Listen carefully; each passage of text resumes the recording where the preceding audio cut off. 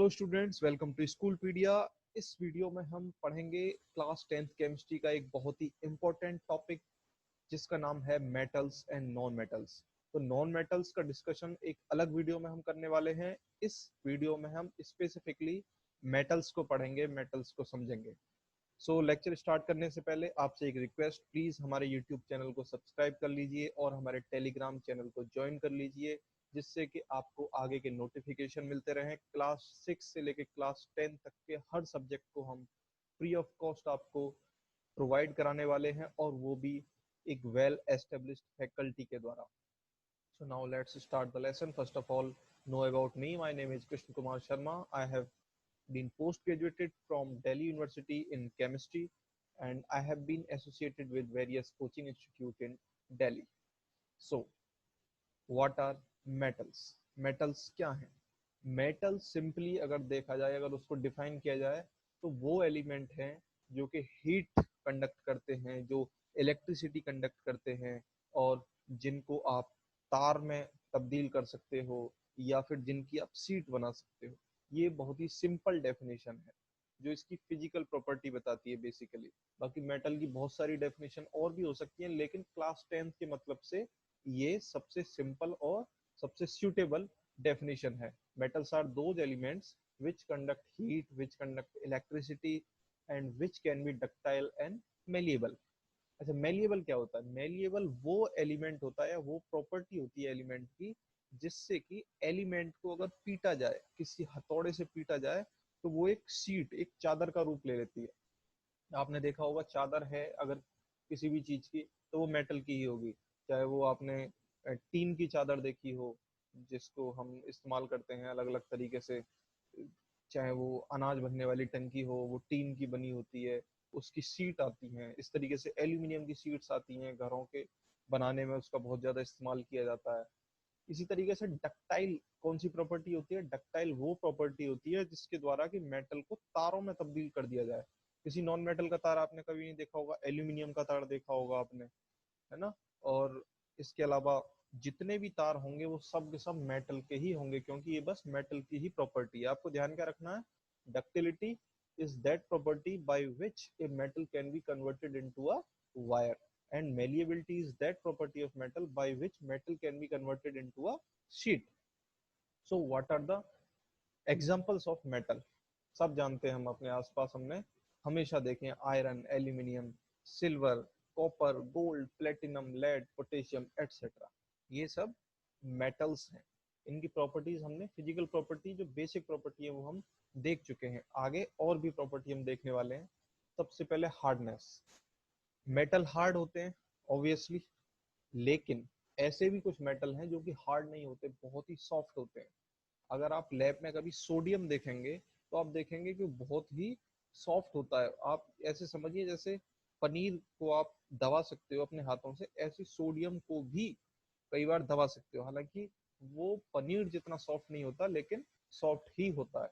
इसी तरीके से पोटेशियम भी सोडियम जैसा ही होता है, बहुत ही नाजुक किस्म का। लिथियम भी क्या होता है? सॉफ्ट होता है, हार्ड नहीं होता। इसके अलावा जितने भी मेटल्स हैं, यानी आप ग्रुप 1 और ग्रुप 2 के एलिमेंट्स को निकाल लें, तो बाकी सब मेटल हार्ड होते हैं। अब ग्रुप 1 और ग्रुप 2 क्या है, वो आप अभी नहीं समझ पाएंगे। आगे मैं लेक्चर बनाऊंगा जब पीरियोडिक प्रॉपर्टी के बारे में, तो आपको ये समझ में आएगा कि ये ग्रुप 1 ग्रुप 2 से लेकर ग्रुप 17 18 तक ये होता क्या है सब।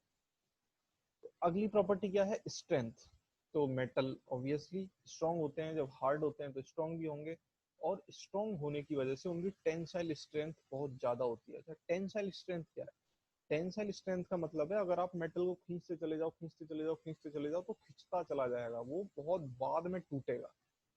तो ये प्रॉपर्टी नॉन मेटल पे नहीं होती, ये मेटल पे ही होती है कि उसकी टेंसाइल स्ट्रेंथ बहुत ज्यादा होती है, इसीलिए उसकी वायर भी बन जाती है, जिसे आप डक्टिलिटी बोलते हैं।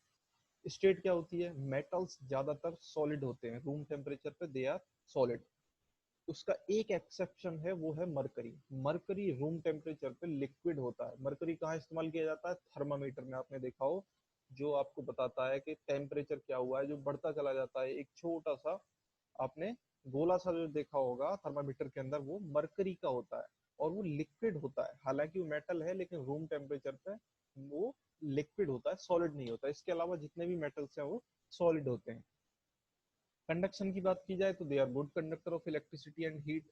उनमें से इलेक्ट्रिसिटी पास हो जाती है, इसीलिए आप उसके वायर बनाते हो। अगर उसमें से इलेक्ट्रिसिटी पास ना हो रही होती तो एल्यूमिनियम और इन सब के वायर हम घरों में वायरिंग क्यों लगाते, किसी नॉन मेटल की वायरिंग लगवाते हम। मेलिएबिलिटी की बात की जाए तो बता चुका हूँ मैं, डक्टिलिटी की बात बता चुका हूँ पहले ही। मेल्टिंग एंड बॉइलिंग पॉइंट इसका बहुत हाई होता है मेटल का, नॉन मेटल के मुकाबले melting and boiling point are very high for metals. इसके अलावा कलर की बात की जाए तो ज्यादातर मेटल जो है वो सिंपल एक ग्रे कलर के होते हैं, हालांकि ये कलर चेंज भी होते हैं। जैसे गोल्ड का कलर येलोइश होता है, कॉपर का कलर भी आपने देखा होगा थोड़ा सा ब्राउनिश होता है। तो लेकिन जनरली ग्रे कलर के होते हैं, जबकि नॉन मेटल होते हैं वो तरह तरह के कलर्स में पाए जाते हैं। Now we will focus on the most important topic of this video, and that is chemical properties. So please try to understand the further video from now. सबसे पहले जब मेटल ऑक्सीजन के साथ रिएक्शन करता है तो क्या बनाता है, मेटल ऑक्साइड। मेटल ऑक्साइड की एक लेयर बन जाती है। मेटल जब एनवायरमेंट में जो ऑक्सीजन है उसके साथ लेयर बनाता है तो मेटल ऑक्साइड बन जाता है। जैसे आपने देखा होगा कि जो आयरन पे जंग लग जाती है वो भी एक तरह की आयरन ऑक्साइड की लेयर बन जाती है ऊपर। ऑक्सीजन आपके जो एनवायरमेंट में है उसके साथ रिएक्शन करके आयरन ऑक्साइड बन जाता है। इसके और एग्जांपल अगर मैं बताऊं तो पोटेशियम जब ऑक्सीजन के साथ रिएक्शन करता है तो पोटेशियम ऑक्साइड बनाता है। इसी तरीके से सोडियम रिएक्शन करता है तो सोडियम ऑक्साइड बनाता है। और जितने भी मेटल्स हैं वो ऑक्साइड बनाते हैं। अगर वाटर के साथ रिएक्शन करते हैं तो वो ऑक्साइड नहीं हाइड्रोक्साइड बनाते हैं, साथ में हाइड्रोजन गैस भी रिलीज करते हैं वो। ये बहुत सिंपल रिएक्शन है, लेकिन इसमें बस एक चीज जो बहुत इंपॉर्टेंट है वो ध्यान रखनी है कि जो एल्काली मेटल्स होते हैं, यानी जो मैंने अभी बताया था लिथियम सोडियम पोटेशियम, ये एल्काली मेटल्स होते हैं जो सॉफ्ट होते हैं, जो ग्रुप 1 और ग्रुप 2 में आते हैं। पीरियोडिक प्रॉपर्टी में जब आप देखते हैं कि जो पीरियोडिक टेबल है उसके सबसे शुरुआत में यही मेटल होते हैं। ये जब रिएक्शन करते हैं पानी के साथ तो बहुत विस्फोटक रिएक्शन होती है, यानी बहुत ज्यादा उसमें से एनर्जी निकलती है। तो they react vigorously with water and they also produce metal hydroxide and hydrogen gas. अगर आप सोडियम का एग्जांपल लें, एल्काली मेटल है, पानी के साथ रिएक्शन कर रहा है तो क्या बनाएगा, सोडियम हाइड्रोक्साइड और साथ में हाइड्रोजन गैस भी बनाएगा, लेकिन उसके साथ साथ हीट भी निकलती है। अच्छा, हीट जिस रिएक्शन में निकलती है उसे क्या बोलते हैं आप जानते होंगे, आपने पहले भी पढ़ा है और मैंने भी एक लेक्चर में आपको बताया है कि ये किस तरह की रिएक्शन होती है जिसमें हीट निकलती है। उसे बोला जाता है एक्सोथर्मिक रिएक्शन, जिसमें से हीट निकलती है।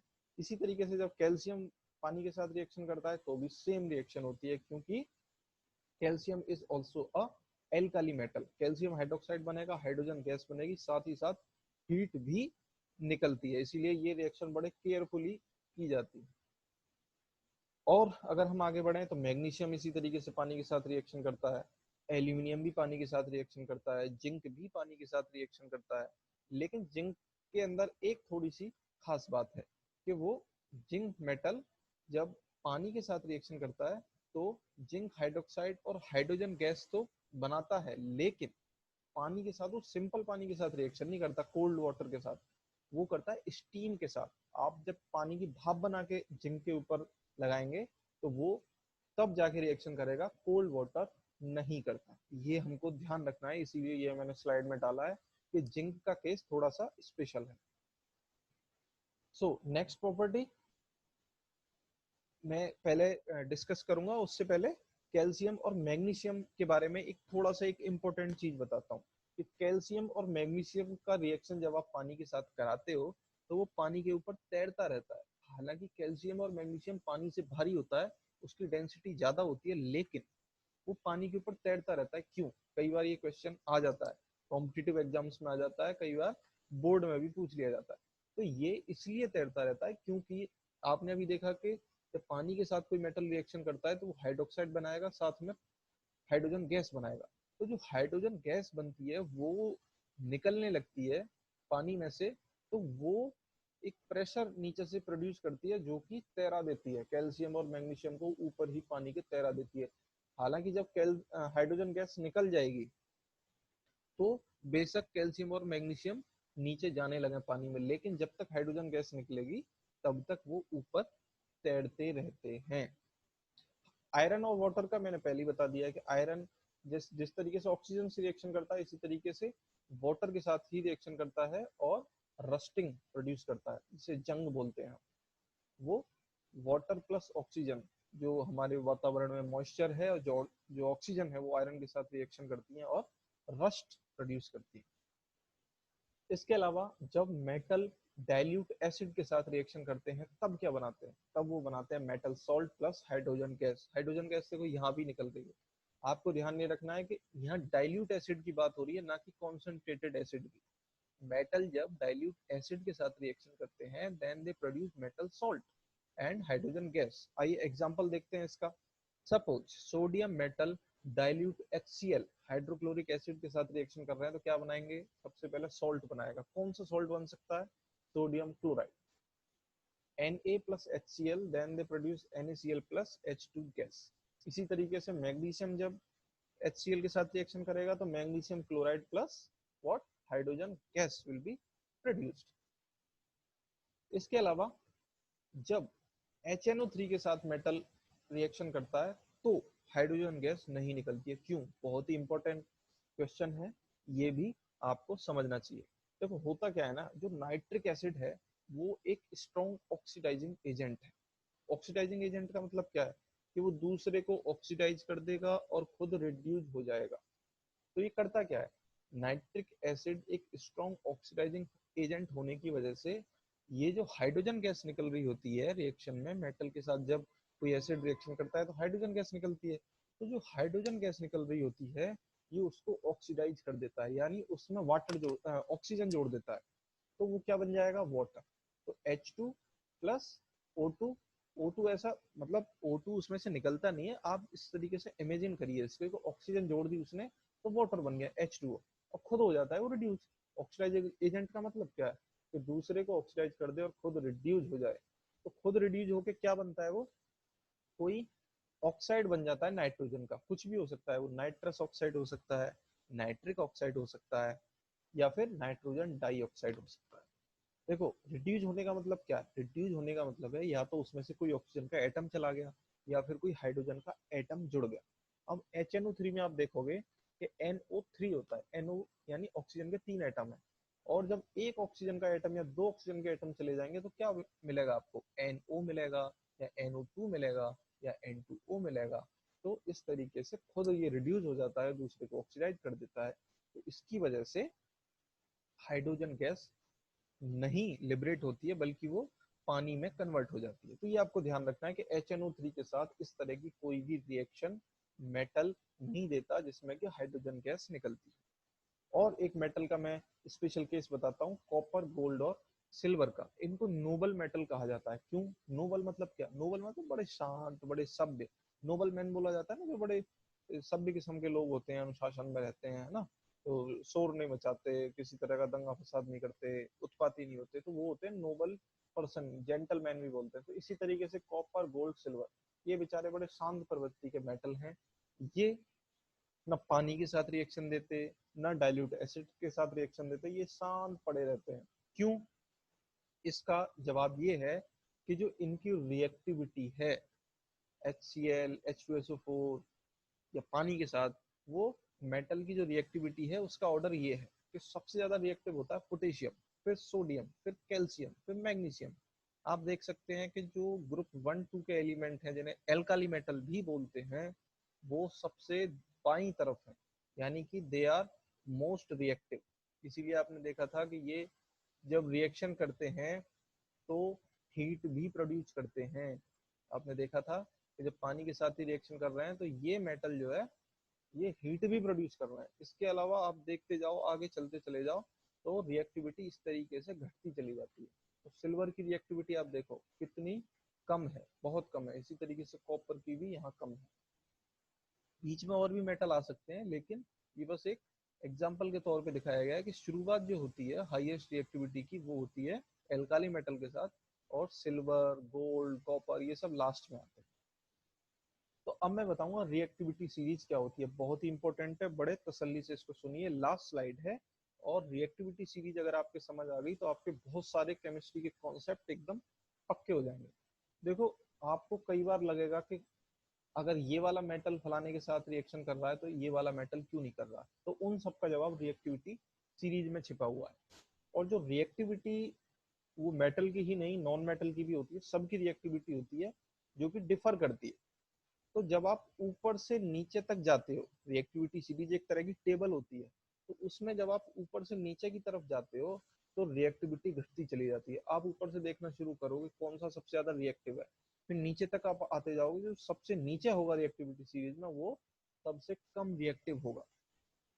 तो जैसा मैंने बताया, कॉपर, गोल्ड, सिल्वर, मरकरी, ये सब रिएक्शन नहीं देते। क्यों नहीं देते? क्योंकि ये रिएक्टिविटी सीरीज में सबसे नीचे हैं, इसीलिए इनको नोबल मेटल भी कहा जाता है।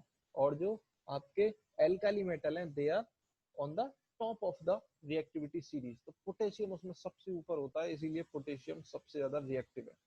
सोडियम भी बहुत ज्यादा रिएक्टिव है। कई बार क्वेश्चन आ जाता है कि सोडियम को आप मिट्टी के तेल में क्यों रखते हैं, why sodium is put into the kerosene oil. वो इसीलिए क्योंकि बहुत ज्यादा रिएक्टिव होते हैं। अगर आप उन्हें खुला छोड़ देंगे तो वो जो एनवायरमेंट में ऑक्सीजन है, मॉइस्चर है, उसके साथ ही रिएक्शन कर लेंगे।